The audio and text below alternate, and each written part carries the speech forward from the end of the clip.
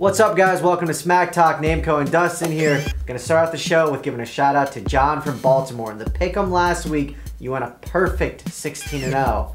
Breaking my heart. I got 13. I thought I was on lock, so you're 3 away. You know, Maybe next for week. ruining my day, you got a T-shirt. I hope it was worth it, John. Before we get into all of the show, Dustin, tell them about the contest that I will be winning. Well, we'll see about that. Lock. We're going to have a bowl challenge on our site for all the college bowl games. It's going to be a lot of fun. We're getting the prizes together right now. Basically, you just pick all the major bowl games. Whoever gets the most right wins. It's going to be a lot of fun. You got a few weeks to sign up before it starts, so go ahead and get in there. There's a link to it on the homepage. All right, a lot of news coming out. The two biggest things are obviously the two hurt running backs. Frank Gore placed on season-ending injured reserve.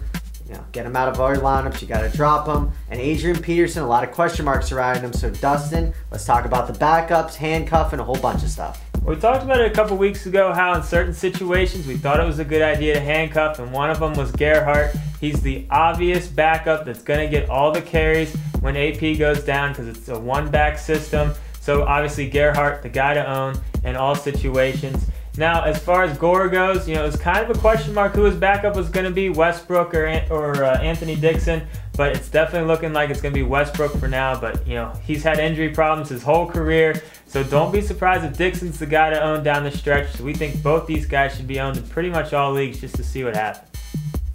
Form time. All right, Dustin. First one comes from Fulcane. He lost Frank Gore. Our condolences. That's a dagger. It sucks, but, you know, it happens. So, he wants to know, should he pick up the law firm, a.k.a. Ben Jarvis Green Ellis? Should he pick up Westbrook and a concussion waiting to happen? Or should he go with Mike Goodson with the return of Jonathan Stewart? A little bit scary. I think the pickup here is Ben Jarvis. As much as I hate New England running backs, it looks like they're finally committed to going after one back. 67% of the community agrees Ben Jarvis is the pickup here. I also do think you should try to get Westbrook, though. I mean, you know, Gore was your everyday starter. But now you're going to have to try to play the matchup guys, so just fill your team with as much running back depth as you can. If Westbrook stays healthy, he has good value from here on out. So I'd try to pick up both those guys. But Goodson, odd man out with Stewart coming back.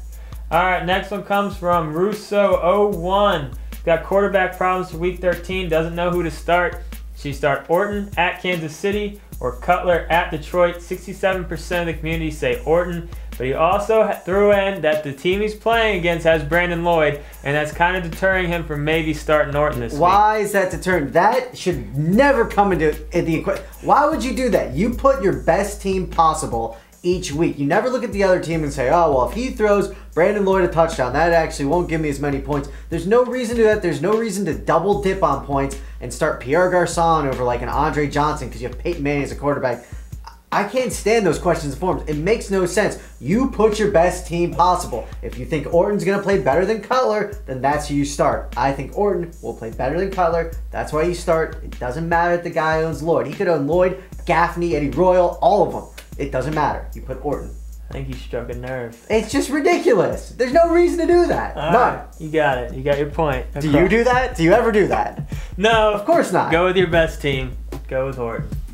There we go. All right, Dustin. Baseball for Life, 1403 _ 1403 wants to know, should he start the Steelers versus the Ravens of Baltimore or Seattle versus the Panthers of Carolina? Little Coming to America flair there. All right, here's the way. Youngsters don't know about Coming to America. You got to go with Seattle on this one, in my opinion.